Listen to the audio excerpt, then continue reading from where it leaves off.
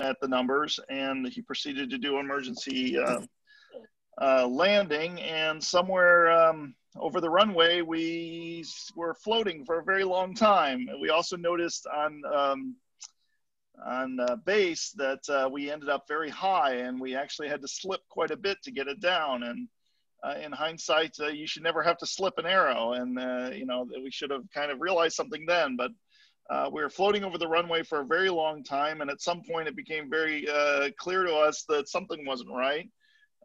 We looked down and saw that the gear wasn't down. And we quickly, actually faster than I could do it, Fletcher punched in the throttle, and we got out of there. But we were a little shaken, and we were concerned. So we went back to Tipton, and we pulled up to the gas pump, not thinking much about it. And we realized the tip of the propeller must have hit the runway when we were flying low over the runway at Westminster. And so we reported that we had struck the propeller on the runway at Westminster. So I guess the lessons learned is I always try to be very considerate of others when I'm flying, but don't do it to the extent that it jeopardizes your own aircraft and your own mission. And then also, you know, even though you think these sort of things couldn't happen to you, I try to be very careful about all these kinds of things, checklists, making sure the gear is down. I always tell people that there's a lot of important things on the checklist, but some things are more important than others, and it only takes once to forget the gear. And, you know, I was one of those people that hoped it never happened to me, but I guess we were just distracted for that time, and it happened. So that's that event. I thought I'd also mention on my recent vacation in my own aircraft, going down to Chesapeake, Virginia for a trip to the Outer Banks. I'd filed IFR to go there, and shortly after leaving Annapolis, the Potomac called and said they lost my transponder. Could I reset it? And, you know, that happens all the time in a 172. You turn your airplane and the antenna is blocked by the wheel or whatever. So I didn't think anything of it. I turned left and right. And I kind of know going down there that there were some storms in the area. And so I was very happy to have my FISB with me. But then I realized when they couldn't get my transponder, I also couldn't get any FISB weather. And I didn't see any TSB or ADSB traffic on my screen. And so as it got worse, they really kind of wanted to cancel me out of IFR because they couldn't see me anymore. And as the weather got worse, I was saying, well, I really need service because the weather. And so they agreed to give me service, and I ended up getting on the ground just fine.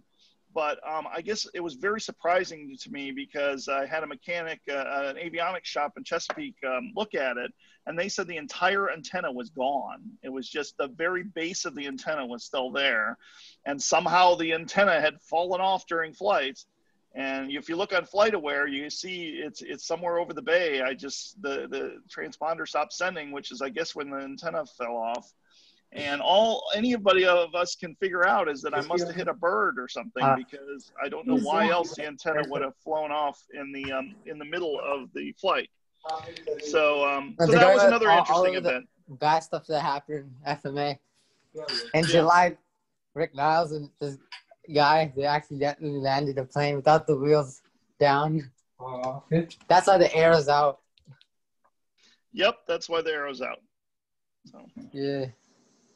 Hey, make sure you're muted if you're not talking, guys. So anyways, oh my God.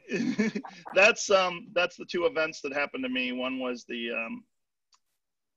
propeller, and the other was losing my transponder antenna. So I'll let you take it from there. Thanks, Rick. I appreciate Rick, getting up and telling us what happened. For those who don't know Rick is one of our most experienced instructors in the club. He's an ATP pilot. So, this happens, unfortunately, to, personally, the only guys I know who've ever had this kind of issue are ATP pilots with, 10,000 hours or more. So one of the issues I think, you know, sort of we had the arrow was gone for I don't know how long before we got it back, and that's kind of, you know, could have played a part into it. You know, again, we're just guessing stuff here. But even I brought the arrow back from Shenandoah, and it clearly there was, you know, there's a loss of the flows and the things when you haven't been in the plane or that model of plane for a while. So, you know, but I appreciate Rick getting up and telling us, you know, his thoughts on it, and Fletcher as well. There might have been a couple of chat questions, which I don't know if we're going to get to. I answered them. Okay. Thanks, Fletcher. Okay. And, you know, the thing with the transponder, the antenna going, you know, we have, all of our planes do have the ADS-B in and out on the Garmin 345s. But if you have, you know, especially if you're doing, like Rick said, if you're doing actual IMC flying, it's not a bad idea to have the Stratus or one of the other portables with you in case you have an outage. And yeah, I probably have to apologize because I made fun of some people for bringing their Stratus with them. And I said, why would you do that? It's built into the airplane, dummy. And then this is why. Yeah, that's so true. That is so true. But, you know, I don't know about anybody else, but, you know, especially the instructors, we fly every plane. Sometimes my iPad has trouble logging in or connecting to the 345s. Part of it is because it comes up and there's like 7, you know, I don't know which one I'm sitting in because you can't tell. So I have to sort of figure that out. But for those who don't use ForeFlight or Garmin Pilot, especially, I mean, I might be wrong, but anybody who's doing instrument work is probably using a tablet. If not, you know, it's probably not a bad idea to use the tablet because the Stratus also gives you attitude indicator and that backup as well with that unit. It's kind of it's a cool unit. So just to throw it out there. All right, so that was 2 of the issues well, not issues, but incidents, sort of things we've had at the club. We just had a interesting, we had one of our newest pilots. I won't name him unless he or she wants to be named, but it was one of the 3 who just got the rating, who took down one of our 150s who was breaking in a cylinder to Raleigh, and the fuel flow was drastically higher than anticipated. And fortunately, you know, there wasn't any issue, but this pilot had the good sense to realize after gassing up at Raleigh that there was something unusual going on with the aircraft.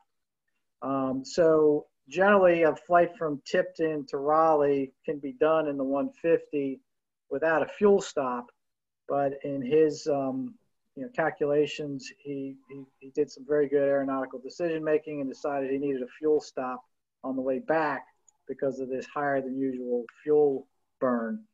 And the second good decision he made I think it was a weekend, and it was a good flying day. I believe it was a Sunday he was coming back, and it was a beautiful day. Well, what happens on a beautiful Sunday when the weather's good? Everybody's flying. So when he landed to get fuel, there was a line at the gas pump to get fuel. And by the time that he was able to get the fuel, he calculated that there's no way he would be able to get back while he was in daylight. And he did not feel comfortable flying at night to make it back. So he ended up deciding to stay. And to his credit, I totally good decision on his part. He informed Sue and I about what was going on the entire way, as well as Vicky Bevan, who's one of the instructors. And unfortunately for him, he couldn't find an Uber to get him anywhere. But fortunately for him, a kind pilot who lived near the airport took him in for the night, who I believe also was the mechanic on the field. So So that's, you know, that's just kind of, now here's kind of the issue with this is we're breaking in a cylinder. The procedure is generally you don't lean when you're breaking in the cylinder. That doesn't necessarily explain the increase. I think he was burning over 7 gallons an hour on that run, which is, even with a totally rich, it shouldn't have been burning that much. So we're looking into that to see what's going on. Anybody have any questions or comments on anything we've gotten so far? If you do, make sure you unmute yourself. All righty. All right, moving on. We're still in the COVID situation. We've kind of relaxed some of our rules. For those who don't know, we do allow up to 8 people inside of the clubhouse. The 8 include 2 inside the sim room. And Sue has sort of posted on the table where you should be sitting to maintain the social distancing. The mask rule is still in effect. That hasn't changed. So far we have not gotten any indications from anybody who's been positive, in the club. We did have a positive, a few months back, but that was all cleared up. So we, the best of our knowledge, no one has gotten COVID, thankfully. Currency. So here's the thing on currency. We're still mandating the currency for the FMFA requirements. If there's issues, we are considering any waivers on a case-by-case basis. So if you are backing up to a annual check ride or something along those lines, reach out to us. We do have instructors who will do the check rides. We have a couple of instructors that can do the check rides for you for the annual check ride. So I think we're getting to the point we have enough instructors to take care of the people who need to do that. The instructors themselves, we do have a little waiver going on for them, and we're also dealing with their checkouts on a different system. Let's see what else. Let's see if I can move this. Okay. So overall, we're still doing well. We pay the bills each month. We pay the maintenance. We pay the rent, everything else. Please stay on top of the currency. Again, weekends are bad. We do expect that this is going to change, and I'm going to get to that in a little bit. We still would prefer all pre-flight be done outside of the clubhouse, limit the time in the clubhouse. Again, there's a limit of 8. Most of you probably have seen when we had those 3 check rides, we moved the lockers into the snack room with a lock for the keys so that the examiner could utilize the clubhouse without being disturbed. That's basically going to be the policy from here on out. So if you show up and the door is locked, or there's a sign on it saying practical and are going on, the snack room will be where the keys are. And so if you have any questions on that, and we'll send out an email prior to that happening. So hopefully it's not going to be a surprise to you. Let's not tighten the dipsticks so tight that it takes, some sort of very strong person or a tool to undo them. You only need to get them, hand tight, finger tight, not too crazy.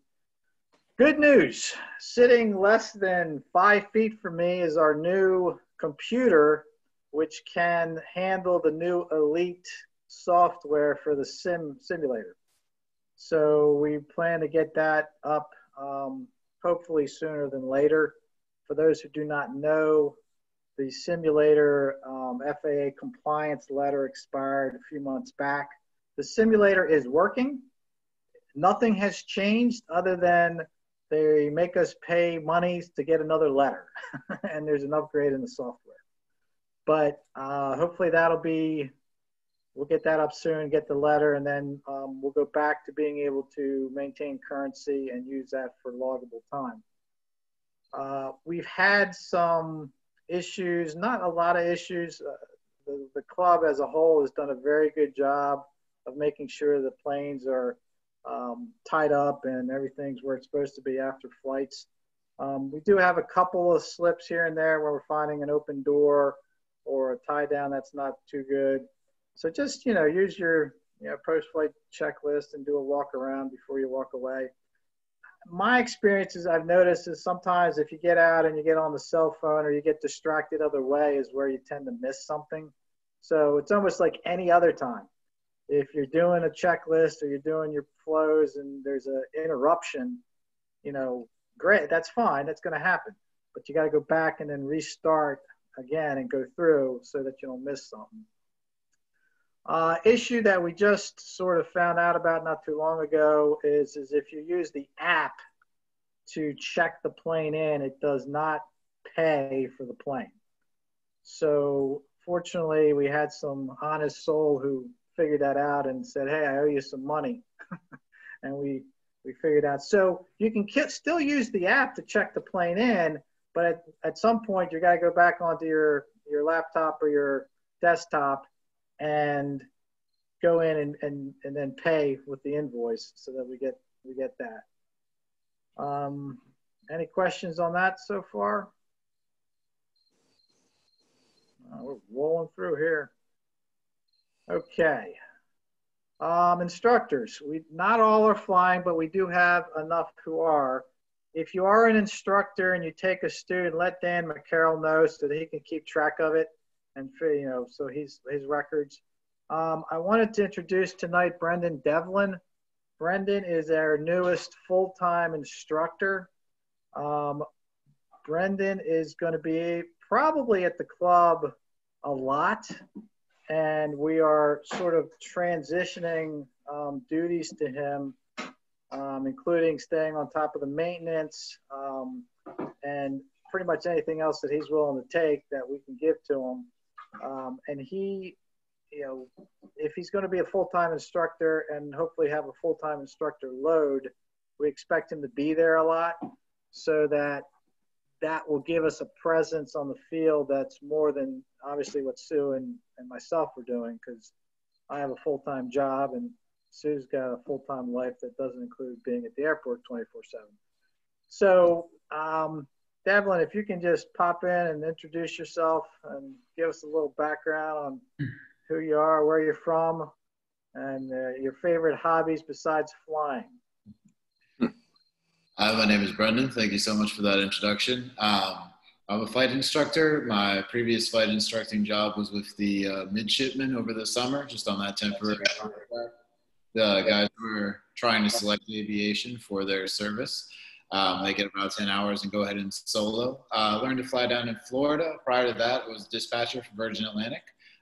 Before that, I was a college track coach. So I guess that would probably be my other passion, helping out a couple of people trying to get ready for competitions during this year. Obviously, that's kind of got loads of wrenches in it because of COVID. But here we are. Looking forward to meeting everybody, and thank you very much. Thanks, Brendan. Glad to have you aboard. Okay.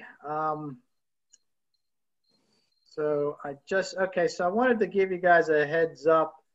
The club is now currently a fully functional 141 satellite operation for NAFC.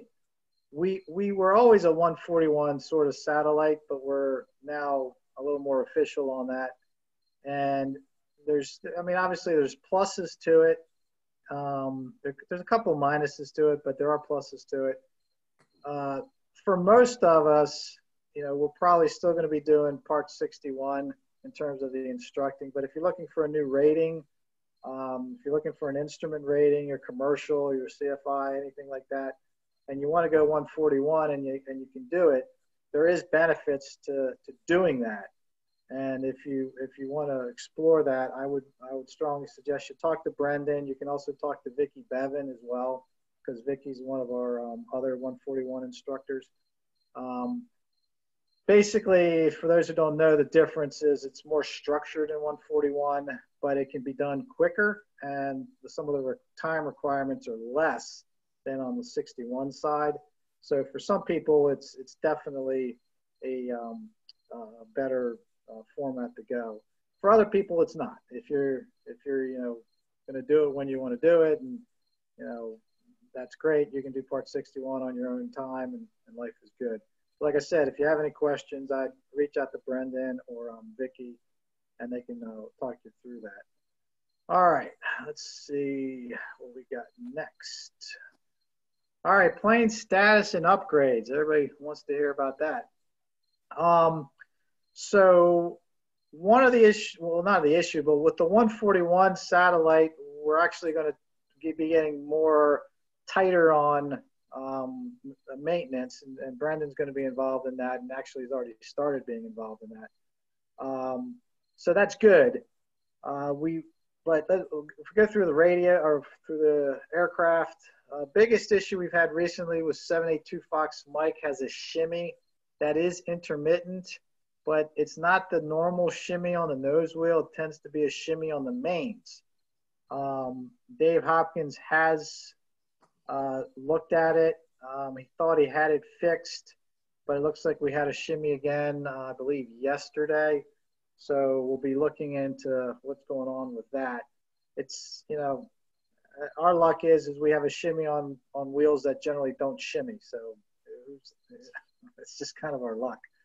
The Aero, as of last week, the maintenance shop thought the engine would be here within a week or two, and hopefully the prop as well.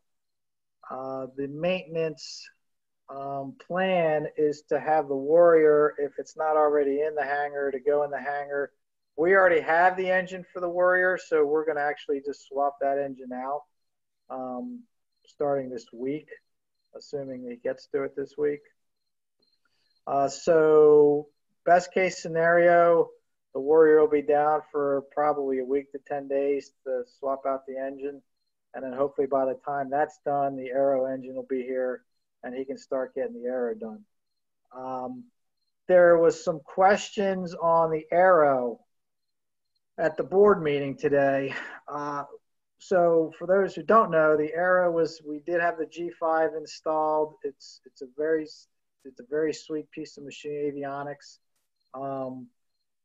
The problem is that there are a little bit of some gremlins in the system that don't make the plane airworthy, but like an example would be is the G5 is not connected to the master avionics switch, which is odd.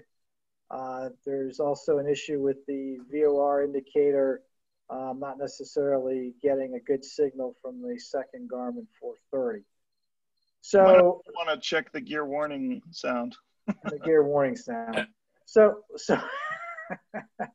we have some issues there, but I think the board's decision would be to get the plane operational, flying. We do want to get some annual check rides done in it, especially with our instructors, before we send it back down to Shenandoah Avionics Shop to try to fix that, because there's a good chance once we send it down there, we'll lose it for a couple of weeks while he tries to fix it. So that's the plan on the Aero. The way it is right now, it's definitely flyable. And I will say this, the G5 is working fine. It's just sort of that not being connected to the master avionics switch is kind of weird. If anybody's flown the 172s, you know that we have some radio issues. 781 Fox Mike does not have a second radio in it. We have a KTX 155 being shipped to the repair shop to fix it. So yeah, that's one issue. 782 and 783 have some gremlins occasionally on the radio system.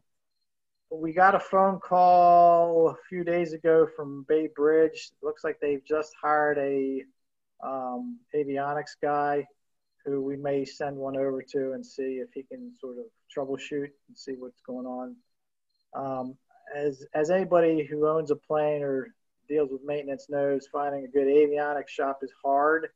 And once you find it, trying to get your plane into it within 6 months is even harder. So we're doing what we're doing. If you can do it, you should have a portable radio with you. I would, suggest you do that just in case you have an issue. As you know from the last safety meeting, Sue had a total electrical failure coming back from Bay Bridge, which, it worked out fine, but it's, like I said, it's not a bad idea to have a backup. Talked about the Warrior. Both the 150s are online. 63532 is still in cylinder break-in period. Basically cross countries, 75% power or better. Once you take off, you shouldn't be landing, preferably for, fly for at least an hour before you land it again. The planes are good if you can fit in it and the weight and balance works. I love both of them. I think they're great planes. And, they tend to be easier to get in terms of scheduling. But there is a weight issue if weight is an issue. And the plan right now would probably be to keep both of them fairly long term, because it looks like we will have at least, right now we probably have 3 or 4 students on the 150s, and we hopefully could get a couple more. And I'd like to have at least 2 of the same model aircraft for the students in case, one of them goes down. All right. This is just the advisory staff again. For anybody who doesn't know, Sue and I, Phil Irving is our chief. Phil Irving is our chief pilot on our Part 61 side. Actually, technically, Frank Kennedy is the chief on the Part 141 side. Tim is our ops guy and doing IT. Alexis Smolik and John Ferren are safety security. Ken Urban, everybody, when you get a chance, congratulate Ken. He just had his first child, I believe a week ago. Ken there? Maybe he's not. Is anybody there? Ken's not on. Okay. Ken's probably sleeping. The board did get to see Ken's baby earlier today. So that was good. And then we got Dan McCarroll, who's doing our membership, who is doing a very good job. Dan also just bought a plane for himself. It's Socata Tampico, I believe. Dan, is that correct? That is correct. So Dan will either be next to his plane, in his plane, flying his plane, or at work. That's where Dan is. Okay. Volunteers, if we are setting up the a wash detail. I'm going to talk to Brendan and Larry Neff on getting that squared away. So I'll probably send out an email in a day or two to try to get that set up so we can get the planes washed. If you have any, if you have time and you want to help us out, let us know. We're happy to take anybody in. All right, here's the new assignment for this quarter. How to avoid the 5 deadly takeoff mistakes. Give credit to Eric Bloom, who suggested this. I had seen this one before, and I did agree with Eric that this was a very good video. It's only like 15, 20 minutes long, but I thought it was well done, and it's something that, I think you guys will enjoy. If you have not watched the last safety assignment, get it done and let FMFA front desk at Gmail know so that we can get you sorted. Let's see what else we got here. Questions. Open up for questions. Who's got a question? No questions? Any chats? 5 points today. It's going to go a lot sooner than usual. I can't remember which 172, but there was one of the 172s that has low vacuum, and therefore the attitude indicator is kind of always slumping over. Is that something we're going to address at some point? It is. Sue and Brendan, I think, went through a lot of the squawks today, and Dave Hopkins has a lot of them in hand, trying to figure that out and try to get it up there. The plan is to, since we're now 140, we have the 141 satellite operation. There's a good chance at some point the FAA is going to show up and look at records and all that stuff. So not that we had an issue before, but yes, we are trying to correct some of these problems. We got some turn coordinators that also don't seem to work either. I think the Warrior turn coordinator is kind of shot. So some of that stuff's got to get replaced. Just to let you know, we will actually be getting a second full-time instructor from NAFC shortly, which our plan is also to try to fully engage, with Brendan on terms of getting stuff done. And, we should have 2 people now at the there who would be able to deal with some of these things. So we got a couple of questions. Let's see here. How do you make sure we get credit for attending the meeting? Thanks. Best thing to do is just shoot an email to the FMFA front desk. No. No. Sue says no. I will be swamped. No, I've taken attendance, and I will, as I did last time, I will be sending out an email, because I have some people where it's a little cryptic who they are. And last time I sent it out and then asked who, like the phone number 410-949-6570, who that is. And then people answered the question after I sent the email out and clarified the ones I wasn't sure of. So that way I don't get inundated with 70 emails. So that works better for me. And on top of that, when you do your homework, do send to FMFA front desk that you've completed the homework. And then Gabe is helping me, so I forward it to Gabe, and he will enter an FSP for me. So if you see an email coming back from Gabe saying he got it, that's why, because he's helping me out with the updating FSSP. And one more thing on that, we've been having trouble with the credit cards for some reason, updating, and then if it doesn't update your dues, it locks you out, it puts you inactive. If you find you're inactive, as everybody has been doing so far, send me an email, FMFA front desk, and we'll research what happened. People are using the credit card didn't expire till 2021. For some reason, it kicked back. Another one, it expired the end of this month, but it wouldn't take the dues for September 1st. So if you find you've been locked out, just send me an email and we can help you work through it. That's all I have right now, Frank. Okay. So just a couple of things to follow up on that. If you have like the homework assignments or stuff, we have more than one set of eyes on the FMA front desk at Gmail. So if you have an update or the homework or a question, make sure if you email myself, you got to include FMFA front desk at Gmail, because we do have more than one pair of eyes on that email address. Well, my email address is just me, and sometimes I just don't have the time to look at everything. The other thing is there's a question on using the club computers. Yes, you can use the club computers to check in and check out. Like I said, we're allowing up to 8 people inside. I would encourage you not to linger and stuff, but yes, you can use the club computers to check the planes out and check them back in. Another comment about block time.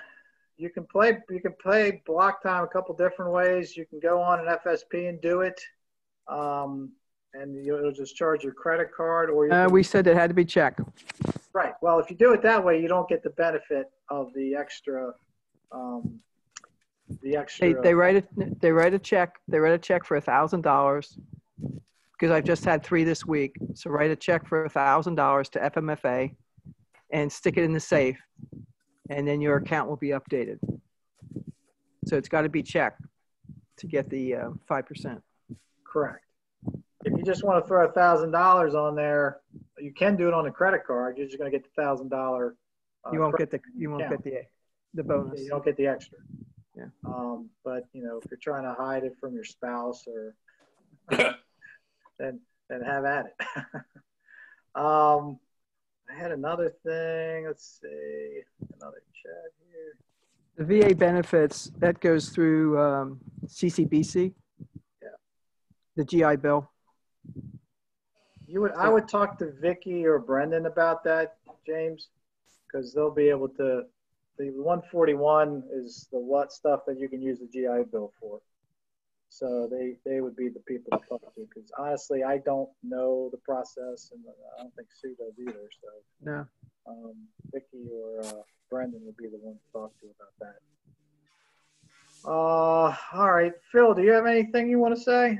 No, nothing for me tonight. Okay. So you got anything else? I think 2 things. Some people have sent me squawks to the FMFA email, but they haven't put it in to FSP. Well, I don't check my email every day. So if there's a squawk, you got to put it in FSP. I appreciate getting the email too to kind of trigger me, but it's got to go into FSP. And then somebody, pardon me? Just for the record, I tried doing a squawk in FSP yesterday, and it was said action not allowed. What action was not allowed? You couldn't put a squawk I have in? no idea. It wouldn't let me do it. It let me type it all in and all that, and then when I tried to finish it, it denied it. And this was on the club's computers. Okay. Thanks, Adam. We'll have to look into that then. Appreciate that. You weren't the only one, by the way. Okay.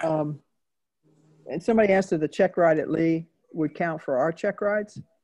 So if you get checked out in a plane at Lee, it will count for getting checked out with us, because we have reciprocity there. But if you're not just getting the club checkout in a Warrior or the Arrow, we need to see the test, the written test for that. Is that good, Phil?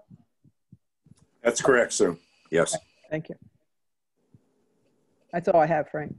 Okay, we had a couple more questions regarding the GI Bill and the VA and stuff. Again, the NAFC is the 141 school. We are a satellite for them. So, I think that yes, we do all of that, but you're gonna have to talk to Vicky or Brendan about that. It has to go through the 141 side of the house. Because we don't 141 has specific requirements, and the VA and the GI Bill and all that stuff mandate that you use a 141 program. You can't do 61 to get those benefits. Right. So that's like I said, that's something that Vicky or Brendan can comment about. But the rest of us instructors could eventually get added to that. Is that a possibility or something? Yes, absolutely. It was opened up to anybody. Yeah, anybody who wants to do any instructor that wants to do 141, basically what we're going to need to do is go down and take a check ride either with Frank Kennedy or Jenny Long to get it checked out. And Vicky's done that. I've done that. Brendan has done that. David Daywood has done that. Doug Tucci has done that. So it's, and if you want to do it, I would encourage you to do it if you want to do it. It just gives us, more instructors. And then actually Phil, once Phil's back and flying again, Phil will probably become one of the check pilots for the club, because Bob Carpenter was originally our stage check 141 pilot, as well as myself. And with Bob retiring and me sort of limiting my flying, we needed somebody else, and Phil's the obvious choice for that. But so as soon as Phil gets back, we'll twist his arm to get that done. So we have stage check pilot for the 141 side. One other thing on that, Frank. To do the 141 for like the VA and everything, they usually go through CCBC. So you'd have to be hired by CCBC too, Rick. And that's not a complicated thing. You just have to apply. Okay. So Vicky has done it. Brendan has done it recently. It's not difficult. You just have to fill out paperwork. Okay. Pretty much. Yeah, you actually get, you're technically employed by CCBC, and they send you, you get a check from them and a W-2 from them. It's not that bad to do, but it is a little different than what we're used to. Okay. So, any other comments, questions before we cut out of here? So let's, keep flying as much as you can. The more you fly, the more money we have to spend on avionics and maintenance and other stuff, and simulators. Fly a lot, and we'll go buy you another airplane, a nice shiny one. So if you have any questions on anything, feel free to reach out to us. If you have any questions and you see an instructor or anybody at the club, feel free to talk to them and go from there. Unless anybody's got anything else, we're done for the evening. All righty. Everybody have a good and safe night. Thanks for attending. Thanks. Thank you. Thanks. Thank you. I have a quick question. Bye-bye. Bye. See you later. Thank you, Frank. Adios. Hello? Care. Yeah. You were saying my number for attendance. Do you want me to tell you who I am? And who is this talking to me? It's 410949. It's Omer Okay. on UMER. Yeah, So who is you it? were taking attendance, or I don't know if you got it. Right. All right. Thank you. What was your name? UMER, Omer. Oh, okay. I'm sorry, Omer. Yeah. Okay. Hey, congratulations on your solo. Thank you. Yeah, because you were saying whose number this was. That's what I was saying. Say that again. It's kind of, I'm having a hard time hearing you. I think if I end the meeting, I will cut them off. Right? I don't know. I couldn't understand them. Okay. I'll send out the attendance, Frank. Sue, I think I heard him. He said he just want to make sure you got his attendance.